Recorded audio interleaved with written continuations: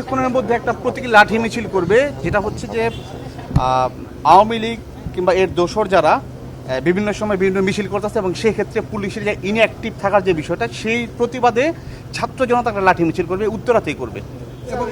এটার ক্ষেত্রে আমি দেখেন, কিন্তু আমি আগে কিন্তু এই ওসি আমি এটাই জিজ্ঞেস করছি, ওরা নাকি অলরেডি 2 জনকে ধরছে। স্যার আপনারা স্যার টোটাল আপনি কি মনে করেন আমরা পুলিশের 9 জন এই ধরেছি, inactiveness যেটা, তার মধ্যে 6 জন স্যার ঘটনাটা এই সত্য? মিছিলে অংশগ্রহণকারী স্যার। যেহেতু মিছিল হয়েছে, এটা তো আর কোনো, এটার ভিতরে তো কারো কোনো সন্দেহ নেই।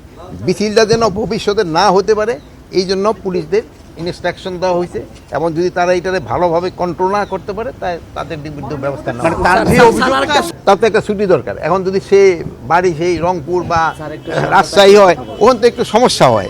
এই জন্য আমরা চেষ্টা করব নিচের লেভেলে যেন তাদের একটা ডিভিশন, যেমন ঢাকা ডিভিশন বা চিটাগাং ডিভিশন, যে এলাকার ওখানে রাখা যায় কিনা মানে একই ডিভিশনে রাখার চিন্তা ভাবনা করা হইতেছে নিচের লেভেলে যারা মাননীয় কনস্টেবল। উপদেষ্টা, আরেকটা বিষয় যেটা আসছে আপনি জানেন হয়তো, যে